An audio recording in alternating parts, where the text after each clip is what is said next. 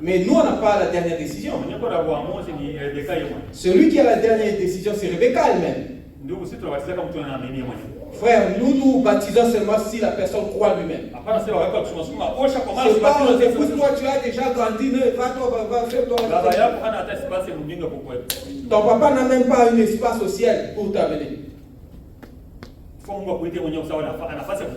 Il faut que le Dieu lui-même t'appelle, il a un endroit où te placer, une place où te mettre. Ne poussez pas la personne, ne poussez pas la personne. Même dans le mariage. Si vous voyez quelqu'un vous pousser, venez nous dire. On va lui dire, frère, pourquoi tu pousses ton enfant? Il faut qu'elle-même, parce que c'est elle qui va aller vivre cette vie. Il faudra qu'elle soit convaincue elle-même. Oh, parce que moi je suis ton père, je parle. C'est moi qui ai mis au milieu. C'est moi qui connais le bien pour toi. Toi, tu connais le bien d'une autre personne. Toi, tu connais le futur, toi.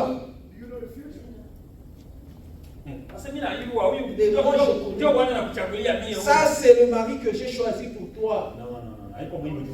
Non, pas dans ce message. Et vous aussi, vous dites, ah, nous allons choisir nous-mêmes. Et tu vas nous amener quelqu'un qui a un ici avec un pantalon. Ah, on va les chasser, les Écritures sont là. Cette parole, c'est un épée à double tranchant. Ça frappe à gauche, ça frappe à droite. Et si on frappe ici, non, on t'a laissé une liberté. Non. Les Écritures disent ceci. Quand une fille est chez son père, elle dépend de son père totalement. Quel que soit ce qu'elle peut faire, il faut que le père accepte cela. Même si qu'elle fait le vin. Par exemple, ici, une soeur, elle vient et dit, Dieu m'a béni. Je vais offrir $5,000 pour qu'on achète une église. Si le papa écoutait ce message-là, et il a dit, il voit que cet argent-là, non, ça a une autre importance. Le frère a le droit de se tenir debout ici dans la salle. Il dit, non, ça ne va pas se faire. Et cela, la promesse de cette sœur-là, Dieu, le vœu de cette sœur-là, Dieu n'a pas accepté ça. C'est pas moi, c'est les Écritures qui disent cela. Parce qu'elle est sous la domination de son père. Même une femme qui est mariée, quand elle fait un vœu, et quand son mari va écouter, il a le pouvoir de détruire ça au fond de champ. Et quand il détruit ça, Dieu ne va pas accepter ce vœu-là. Pas chez les frères. Toi, le frère, quand tu mets ton vœu, Dieu écoute ça, il fait. Je ne sais pas si ça se comprend.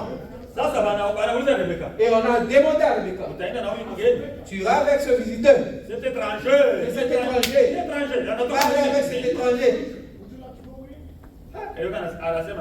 Et Rebecca dit, moi je m'en vais.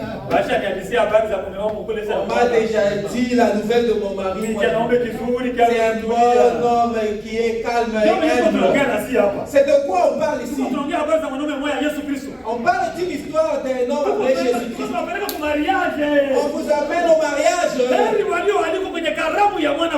Heureux ceux qui iront pour le mariage de l'agneau. Ils sont invités à la noce de l'agneau. Heureux ceux qui sont invités à la noce de l'agneau. De l'agneau. C'est une bonne invitation. Ça, c'est une invitation. Nous sommes aussi venus se marier. Nous sommes aussi en train de cajoler. Nous sommes en train de cajoler notre Jésus. Ce n'est pas un mensonge, c'est ce qui est.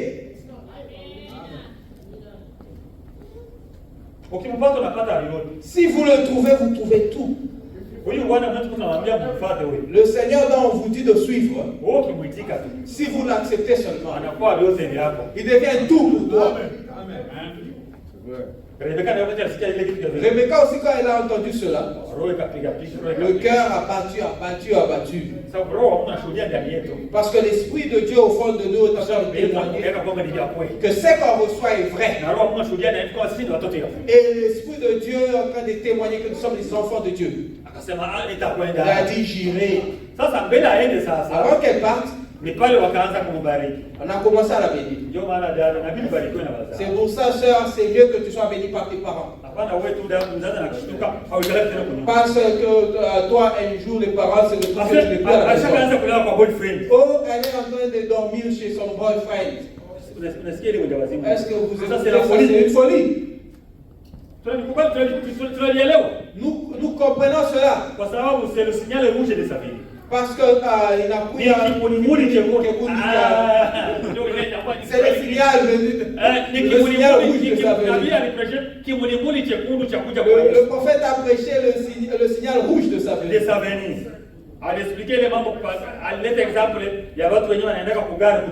Il a expliqué cela en donnant l'exemple des gens qui partent au gare pour attendre le train.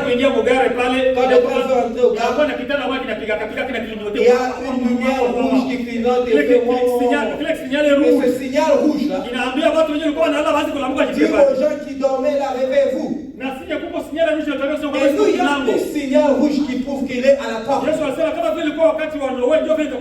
Jésus a dit comme c'était le temps de Noé, ça sera aussi le jour de sa venue. C'est pour ça qu'on voit le temps de Noé, comment ça s'est passé. La Bible dit au chapitre 6 de Genèse que les gens s'est multipliés sur la terre. Ça c'est un signal qui montre que nous sommes à la fin. Aujourd'hui, il y a plus de 7 millions de gens sur la terre. Les gens se sont remplis sur la terre comme le temps de Noé. La Bible a dit que les fils se sont nombreux. Et elles étaient très belles. Elles étaient vraiment très belles. Que même les fils des hommes ont commencé à les envier. C'était plus le point de mariage. Ils en prirent. Et on dit qu'ils ont pris Madame ils ont pris à gauche à droite. Aujourd'hui, les gens ne se marient plus. Ils commencent seulement à prendre à gauche à droite. Et aussi, prend celui-là, il vient avec elle aujourd'hui. Il rejette et prend une autre personne, il vient avec elle. C'est le signal grand de la venue de Jésus. Parce qu'aujourd'hui, on se souvient aussi du temps de Noé. C'est comme ça que c'était encore au temps de Noé. Les gens ne se mariaient plus. Mais ils étaient en train seulement de prendre des femmes. C'est pour ça qu'on n'accepte pas qu'on te prenne. C'est mieux que tu prouves que tu as été marié. Tu dois prouver que tu as épousé. Ça c'est un mauvais signe. Rebecca a dit, moi j'irai avec cet homme. Frère, nous regardons à la montre. C'est encore mal. On n'est pas entré à l'intérieur de notre histoire. Nous devons préparer notre enseignement proprement. Mais elle dit j'irai avec cet homme. C'est là où la bénédiction commence. Vous devez être bénis par vos parents. Maintenant, la bénédiction est venue comment?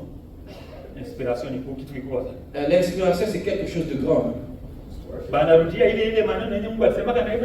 Ils sont rentrés aux choses que Dieu a dit à Abraham. Notre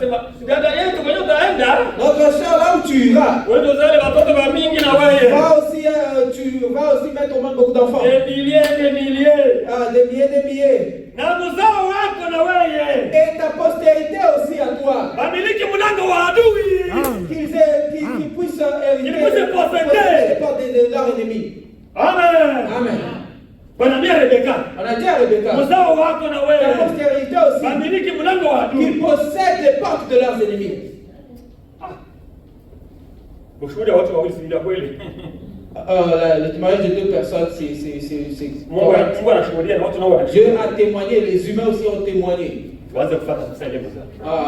Suivant maintenant cette postérité. Est-ce que c'est vrai que ça se fait? C'est pour ça qu'on a vu Rebecca est partie. Elle est partie rencontrer son mari. Il y a un jour qu'on va bien parler à propos de la préparation de l'épouse. Comment l'épouse est préparée. Et le Jésus qu'on est en train d'attendre. C'est pas le Jésus qui est là. Il y a le Jésus qui est à Kenya. Il y a un Jésus qui était à Kenya. Nous n'attendons pas ce Jésus-là. Non, nous n'attendons pas ce Jésus. Parce que le Jésus que nous attendons, en l'attendant pas sur cette terre. On va aller le rencontrer dans les airs.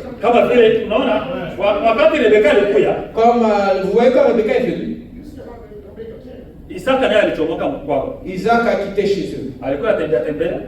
Il commençait à se promener. Il a écouté une voix. Et les chameaux et celui qui a mené le visiteur venaient en criant. Il disait, mais qu'est-ce qui est en train de dire? Il fallait que Isaac sorte de chez eux et il marchait dans le chemin du champ.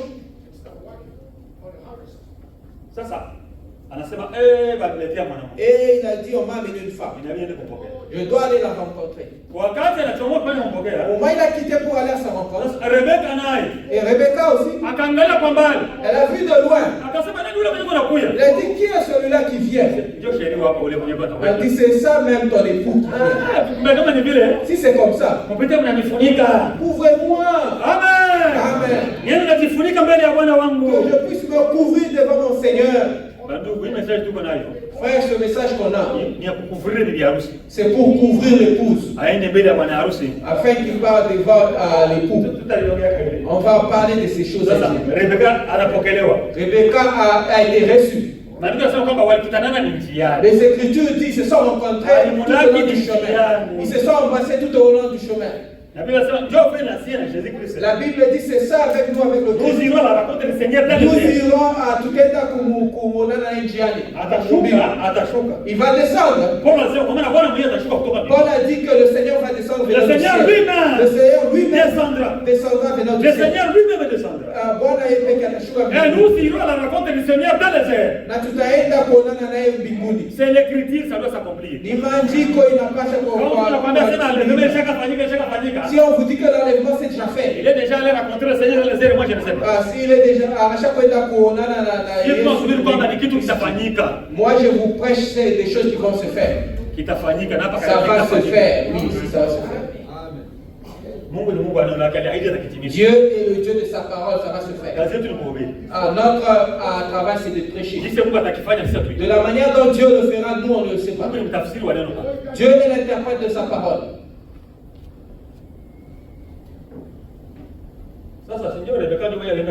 Mais ça c'est Rebecca lui-même qui est parti. Maintenant Rebecca est partie donner des enfants pour Isaac. Nous savons comment elle a mis au monde Isaïe et Jacob. Ésaü était né Ésaü. Il a grandi, était Ésaü. Il a épousé, il était Isaïe. Et il était mort, il était Isaïe. Mais Jacob, il était né Jacob. Il a grandi Jacob. Il a épousé, il était Jacob. Il a mis au monde, il était Jacob. Il a fui, il était Jacob. Mais quand il est rentré, il n'était plus Jacob. Dans son chemin de retour, il s'est rencontré avec Dieu. Le prophète a prêché un jour depuis ce moment-là. Et de ce moment. Il faut que quelqu'un dise et de ce moment. Et de ce moment. Et de ce moment. Depuis ce moment-là. Et de ce moment. Et de ce moment. Et il faudra qu'il y ait un jour où tu vois que c'était comme ça, mais depuis ce jour-là, je ne suis plus cette personne-là. Jacob aussi avait une histoire de dire que moi j'étais Jacob. Sababu Yakobo maana yake ni mjanja, muongo, mjanja. Parce que Jacob ça signifie un menteur. Mtu akufanya vitu tu quelqu'un qui fait watu. Mwizi hapo mwizi ukamata tunaye. Kwa mwizi wengine wa mjanja hivi. Non, il y a des voleurs qui sont vraiment qui Kwa hiyo unaona sisi alibaka mkubwa yake sisi alibaka. Vous voyez comment il avait volé le droit de son frère. Le droit de naissance. Le droit de naissance. Mjanja tu mwizi kwa. Non, c'est wakati alienda kwa Yakobo kwa mjomba yake. Quand il est parti chez Jacob, alimwibaka hata na mifugo yake. Il a volé même ses biens. C'est ça. C'est troupeau. Kwa sababu wakati mifugo ilikuwa kunywa maji. Et quand les troupeaux allaient boire de l'eau, alikuwa akamata fimbo na nyosha pale kwa maji. Prenez une chicotte et mettez ça. Tena fimbo yenyewe na marangi. Et une chicotte qui avait des couleurs. Sababu alikuwa mfuromete kama kinazalika na matashi itakuwa cha kwake. On lui a promis que quand il met au monde, il a des taches, ça sera pour lui. Kila mfugo, kila mnyama, chaque animal yenye tazaliwa na matashi, il va être né avec des taches, sera à Jacob. Ndio Yakobo naye akafikiri njia kulikamata. Et Jacob maintenant a trouvé une manière kwa sababu alikuwa mjanja. Parce que lui il était très malin. Alienda kamata fimbo. Il part une chicotte. Akaikatakata kaifanya marani. Il a coupé ça, il a fait des couleurs. Na kwa tulikuwa watoto sina sisi tutengeneza kile fimbo. Nous aussi quand on était petit on faisait ce genre de chicotte. Alikuwa nakata sehemu moja ya ecorso na hata unaenda ichoma moto. Et on part on brûle ça dans le feu. Ukishaichomola fasi moja inakuwa noir yenyewe inabakia blanc. Ça devient noir et blanc. Mwenye alianza kile system ni Jacob.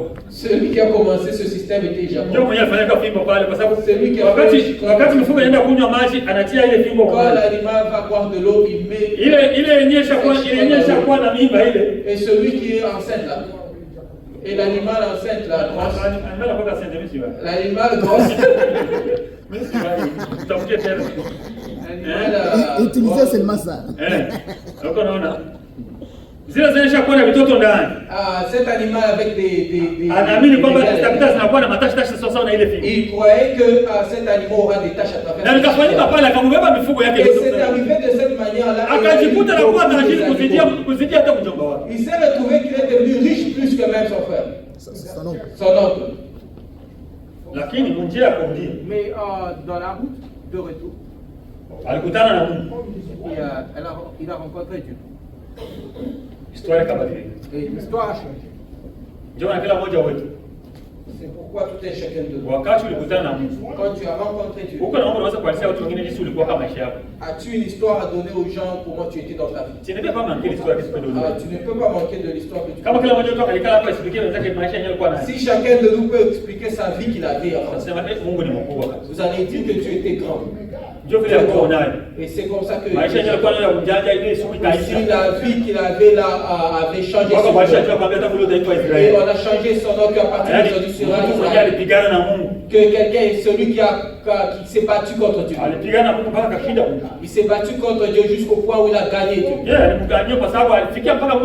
Oui, il a gagné parce qu'il est arrivé à un niveau où il a été béni par Dieu. On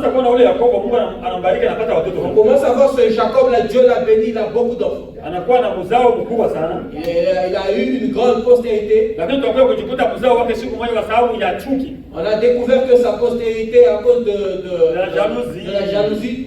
On l'a haï. On a haï son frère. Ils ont haï leur frère. Ils ont haï leur frère. L'histoire de Joseph et ses frères. On l'a même acheté. On l'a vendu. Sasa Swahili sisi tunazoea letu ya Kongo. Kongo kuuza c'est acheter. Kongo kuuza c'est acheter.